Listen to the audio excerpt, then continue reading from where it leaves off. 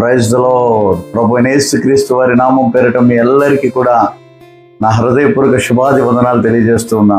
గతించిన నెలంతా నా దేవుడు ఆయన రెక్కల కింద మనల్ని భద్రపరిచి మరి ఈ అక్టోబర్ నెలలో అడుగు పెట్టడానికి దేవాతి దేవుడు చూపించినటువంటి మహాకృపను బట్టి ఆయనకే సమస్త మహిమ ఘనత ప్రభావములు కలుగును కాక. ఈ నెలంతా నా దేవుని సన్నిధి మీకు, మీ కుటుంబాలకు, మీ బిడ్డలకు తోడయ్యండి మిమ్మల్ని సంరక్షించి మీరు చేసే ప్రతి పనిలో నా దేవుని సన్నిధి మీకు తోడుగా వచ్చి మంచి దీవెనకరమైనటువంటి ఆశీర్వాదంతో గడిపేటువంటి నెలగా ఈ నెల మీ జీవితంలో నా దేవుడు అనుగ్రహించును కాక. Praise the lord. అయితే ఒక సిరీస్ లాగా వెళ్దాం అనేటువంటి ఆశతో మరి వస్తూ ఉన్నాను.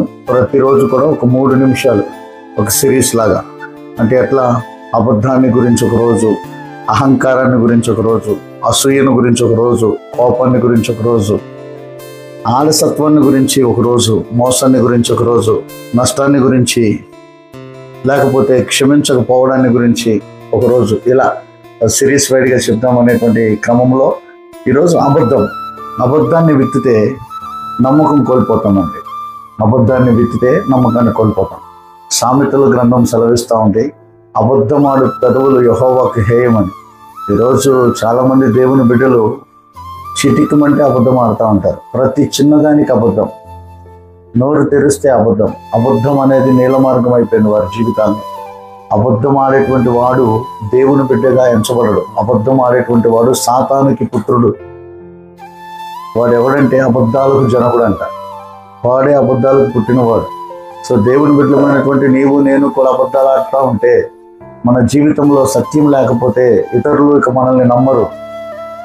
ఒకసారి నీ మాట సత్యం కాదని తెలిసిన తర్వాత నువ్వు ప్రాణాపాయ స్థితిలో ఉండి పదే నిజం చెప్పినా కూడా వారు నమ్మరు. నువ్వు 100% వాస్తవం చెప్పినా వారు నమ్మరు. ఎందుకంటే నువ్వు ఆల్రెడీ అబద్ధీకురాలుగా నీ మాటలో సత్యం లేనటువంటి విధంగా నువ్వు ముద్రపడిపోయావు కనుక. సో ప్రార్థించే పదవులు గనక పరిశుద్ధమైనవిగా ఉంచుకోవాలి. అబద్ధాలు ఆడకుండా కాపాడుకోవాలి. మన నోటి మాట దీవెనకరమైనదిగా, ఆశీర్వాదకరమైనదిగా, నిజమైనదిగా ఉండాలి. ప్రత్యేకించి క్రైస్తవుని మాట ఇంకా నిజమైనదిగా, సత్యమైనదిగా, అవునంటే అవును, కాదంటే కాదన్నట్టుగా ఉండాలి. అటు రీతిలో నిక్కచ్చైనటువంటి సరైనటువంటి రోషముతో కూడిన, వైరాగ్యముతో కూడినటువంటి జీవితాన్ని ప్రభు కొరకు ఒక క్రైస్తవునిగా ఈ భూమి మీద బ్రతుకుతూ అనుక్షణము మన జీవితం ద్వారా, మన నడక ద్వారా, మన తలంపుల ద్వారా, మన చూపుల ద్వారా, మన మాటల ద్వారా ఆ ప్రభువుని సంతోషపెడుతూ మనం